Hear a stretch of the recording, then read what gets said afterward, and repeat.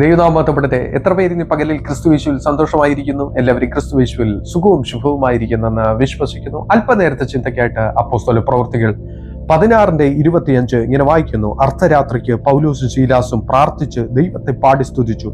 തടവുകാർ ശ്രദ്ധിച്ചുകൊണ്ടിരുന്നു.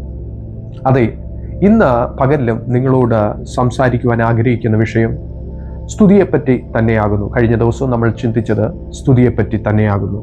അതെ, കർത്താവിന്റെ വചനം പറയുന്നു, പൗലോസും ശീലാസും തടവറയിലിരുന്ന് കർത്താവിനെ പാടി സ്തുതിച്ചപ്പോൾ അവരുടെ ചങ്ങലകൾ അഴിഞ്ഞു, ജയിലറകൾ ഓപ്പണായി, ഡോറുകൾ, തടവറയുടെ വാതിലുകൾ തുറന്നെന്ന കർത്താവിന്റെ വചനത്തിൽ എഴുതിയിരിക്കുന്നത്.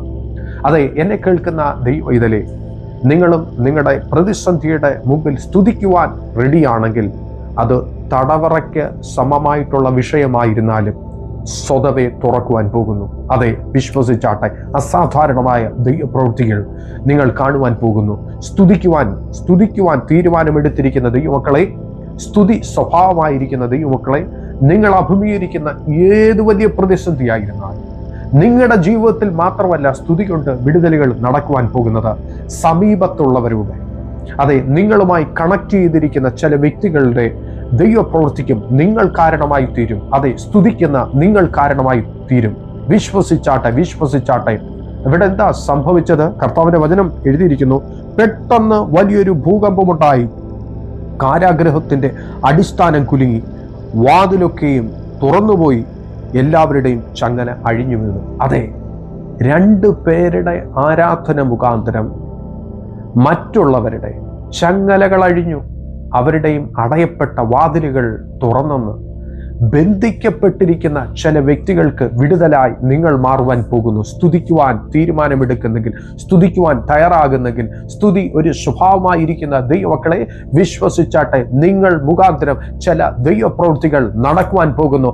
നിങ്ങൾ മാത്രമല്ല ആ വിടുതൽ അനുഭവിക്കുവാൻ പോകുന്നത് നിങ്ങളുടെ സമീപത്തുള്ളവർ, നിങ്ങളുടെ അയൽക്കാർ, നിങ്ങളുടെ ചാർച്ചക്കാർ, നിങ്ങൾ മുഖാന്തരം വിടുതൽ പ്രാപിക്കുവാൻ പോകുന്നു. നമുക്ക് കണ്ണുകളെ അടയ്ക്കാം, പ്രാർത്ഥിക്കാം. കർത്താവേ, നൽകി തന്ന അനുഗ്രഹിക്കപ്പെട്ട പ്രഭാതത്തിനായിട്ട് നന്ദിയോട് സ്തുതിക്കുന്നു. ഈ വചനം ശ്രമിച്ചുകൊണ്ടിരിക്കുന്ന എല്ലാ ദൈവമക്കളെയും അനുഗ്രഹിച്ചു പ്രാർത്ഥിക്കുന്ന കർത്താവേ, തടവറയ്ക്ക് സമമായിട്ടുള്ള വിഷയങ്ങൾ കൂടെ ആരെങ്കിലും കടന്നു പോകുന്നുണ്ടെങ്കിൽ സ്വർഗം ഇന്ന് ഈ പകലിൽ വചനമയച്ചു വിടുവിക്കണമെന്ന് പ്രാർത്ഥിക്കുന്നു.